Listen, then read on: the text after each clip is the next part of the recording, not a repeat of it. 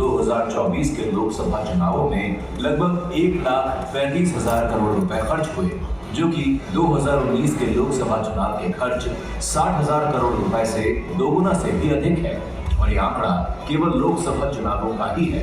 हर साल राज्य, नगर निकाय और स्थानीय निकायों के कई चुनाव कराए जाते हैं, जिससे कुल चुनावी खर्च बहुत अधिक हो जाता है।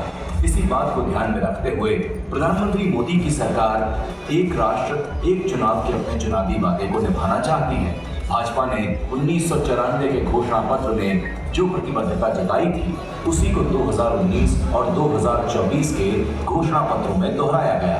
एक राष्ट्र एक चुनाव लागू करने से भारत की जीडीपी का लगभग 1.5% यानी वित्तीय वर्ष 2024 में करीब 4.5 लाख करोड़ की बचत हो सकती है।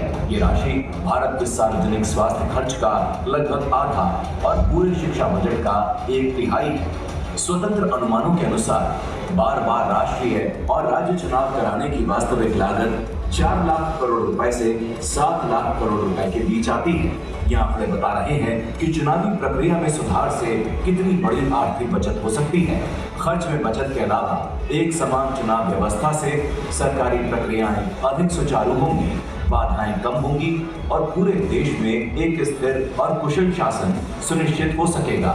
एक साथ चुनाव कराने से जो बचत होगी वो स्वास्थ्य, शिक्षा, बुनियादी ढांचे और जन कल्याण योजनाओं में निवेश की जा सकेगी। इसीलिए एक राष्ट्र एक चुनाव केवल भारत की चुनाव प्रणाली में सुधार का प्रयास नहीं है, बल्कि ये विकसित भारत की दिशा में एक बड़ा कदम है।